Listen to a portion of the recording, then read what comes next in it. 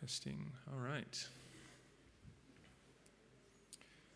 We're running a little bit ahead of schedule, which is great. We'll have a lot of buffer. Let me move. It's not going to do anything, that's fun. All right. Is that not? Come on. There we go. Get my mouse out of there. All right, my name is Jeff Andersen with Google. I will be talking about how to leverage the Redfish API to perform platform attestation.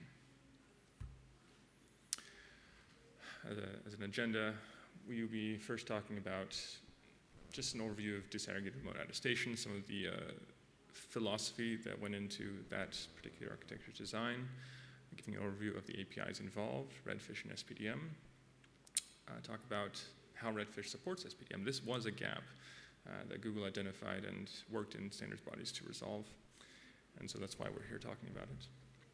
And then how to integrate that support between SPDM and Redfish into a remote attestation flow and a call to action. By the way, some of these slides were presented a couple years ago at an OCP Global Summit, so that was more, here's a high-level overview of disaggregated attestation, and this is more, all right, how do you actually do it? Or rather, how is one way to do it using open standards? So some of the philosophies in play, production, constant state of flux, nothing's perfect. So we're always rolling software out or back. Machines are breaking and getting fixed.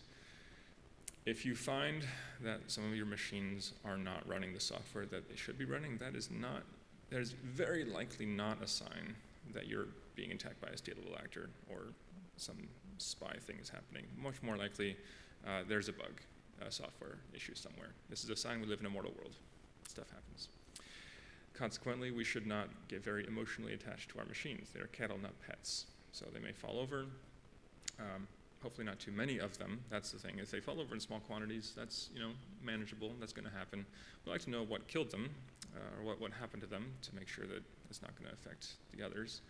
And we need to automate as much as possible because there's so many of these cattle out there. Consequently, we need to minimize the risk of wide-scale outages. Machines should not be primed to brick themselves en masse.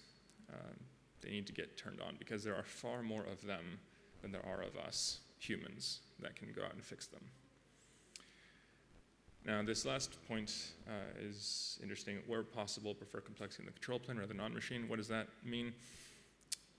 To fulfill business needs is often required to make things more complex, and sometimes you need to make them more complex out on the machine versus in the central control plane services. And sometimes there's a reason to put that complexity in one place or another, but all else being equal, it is better to put that complexity, if you can, in the central services and make your machines more dumb because that makes them less likely to do interesting things on you.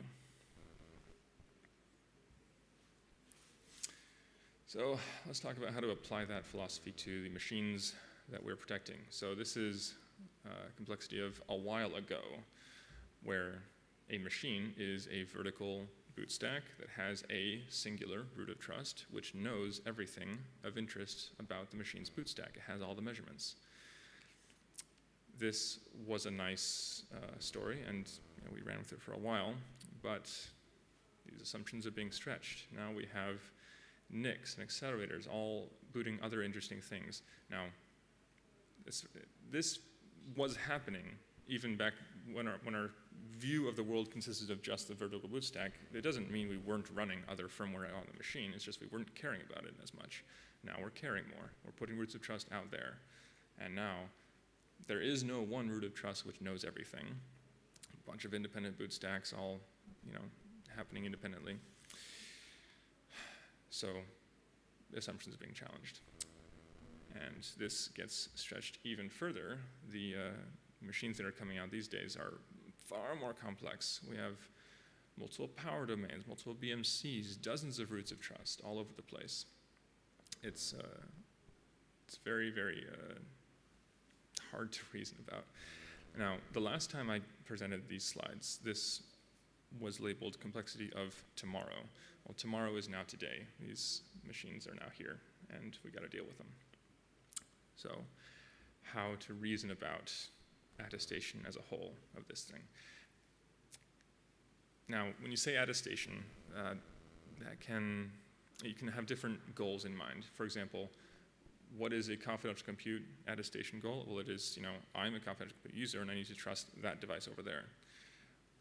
The architecture that we're presenting here is more, I am remote central job scheduler, and I need to know whether that collection of parts over there is valid and is running correct software. That is a different use case and lends itself to a different attestation path. For example, a confidential compute user can't really generally afford to care about all of the software in one of these complex machines. Voltage regulators, storage devices, random pieces of firmware. We want to be able to allow them to limit how much they need to care about. But as a hyperscaler provider, we care about all this stuff because it's our hardware. We want to make sure it's running what we want it to be running.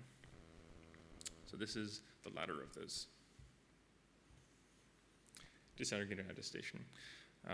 This kind of lends itself from the disaggregated architecture is we model this machine as a collection of roots of trust, and each of those roots of trust will emit a signal, an attestation statement. We want to route those statements off machine to a remote verifier, which has the reference measurements, and to decide whether or not the collection as a whole is running what we want it to be running.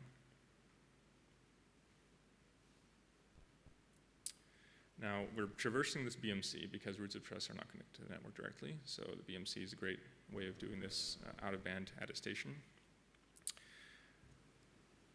But we want the BMC to act as a forwarder.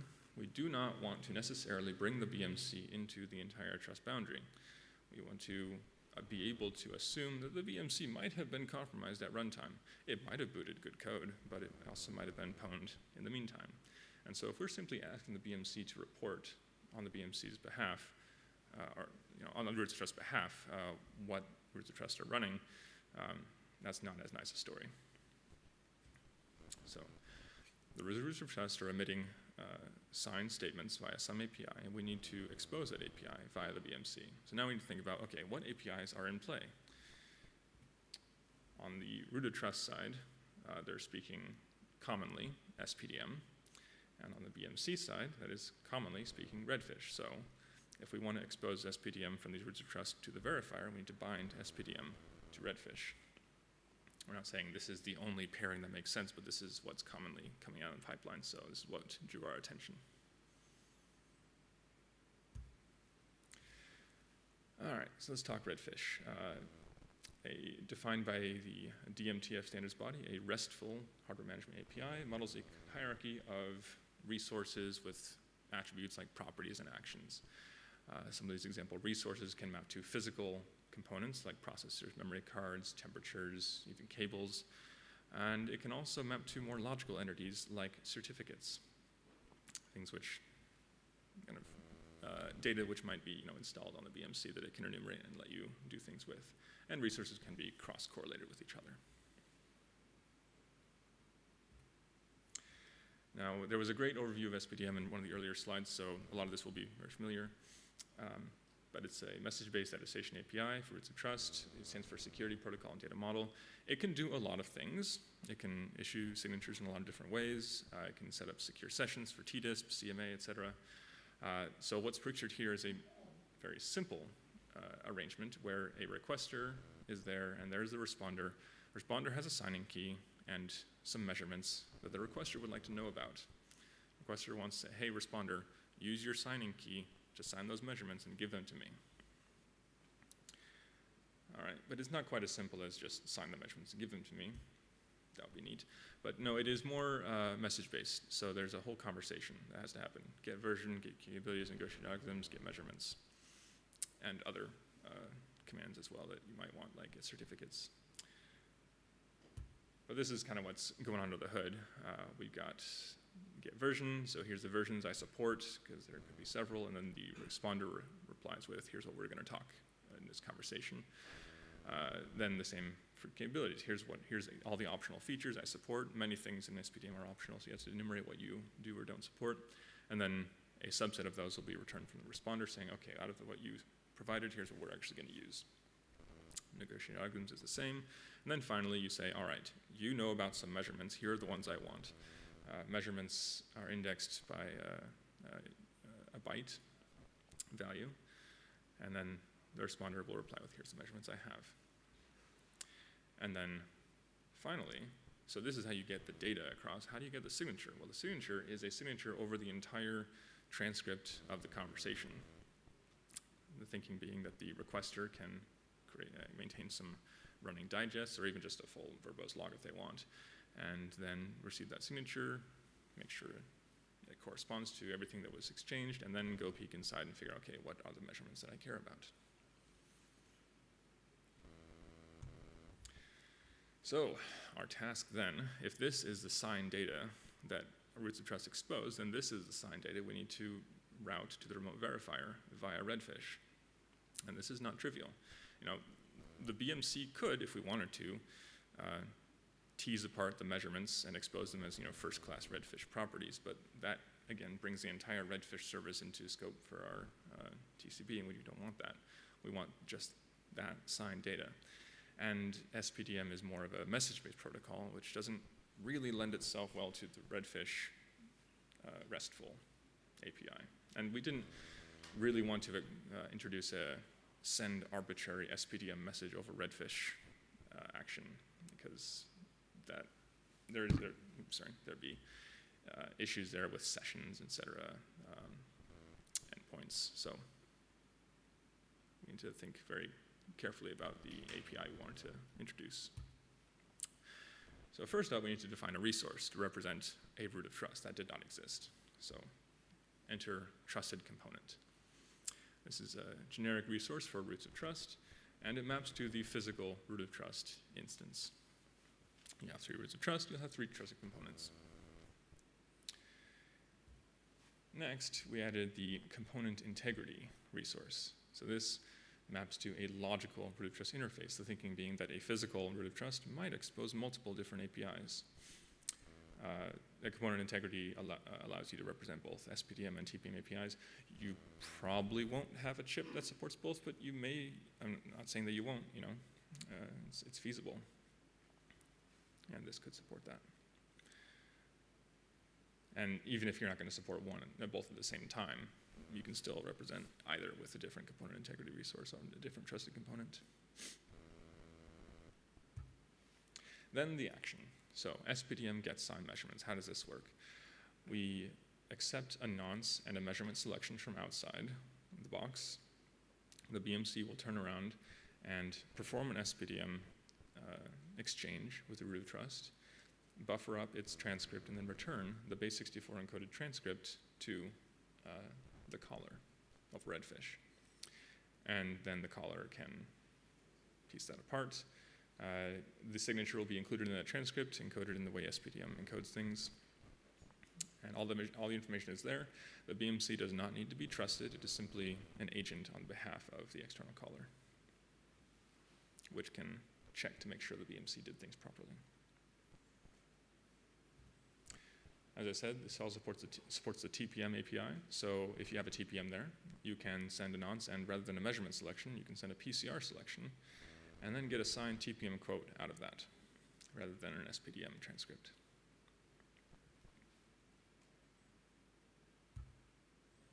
All right, and to wire it up, if you have multiple roots of trust, you can have all your component integrities, have your verifier issue all the get signed measurements that you need, and then compare that to the reference measurements.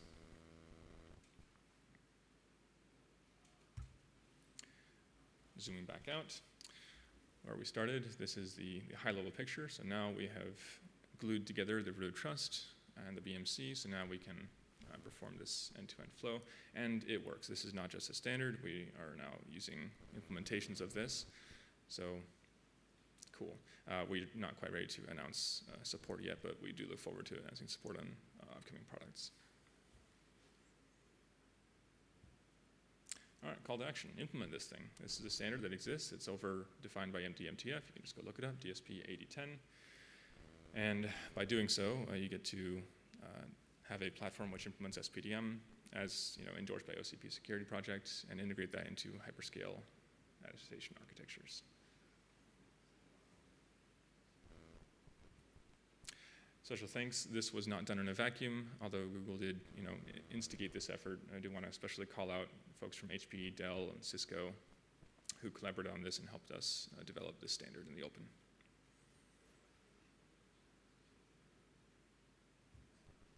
Okay, that's it. Feel free to, I'm happy to answer any questions. Do you know if any open source implementation? Question was whether I know of any open source implementations, and I do not know. I know that there might be something going on in OpenBMC, but I'm quite sure. But that's a good question, and if it doesn't exist, it should. And I do wish we had resources to contribute that. But, I'm guessing the SPDM side, it didn't require any changes, right? Question was whether this required any changes in SPDM. That's correct. This did not require any changes. This is stock standard SPDM 1.0, 1.1, 1.2. We'll work with this. By the way, also, if you happen to have some local aggregation happening, like say with a PROT, and that thing speaks SPDM, you can wire it up to that just fine right here as well.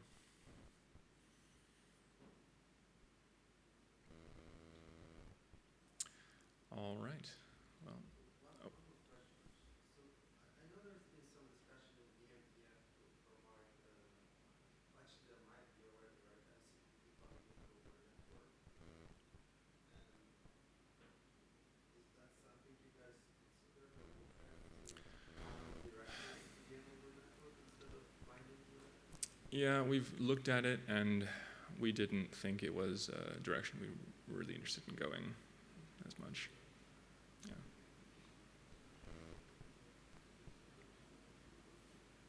All right. Great questions. Thank you all.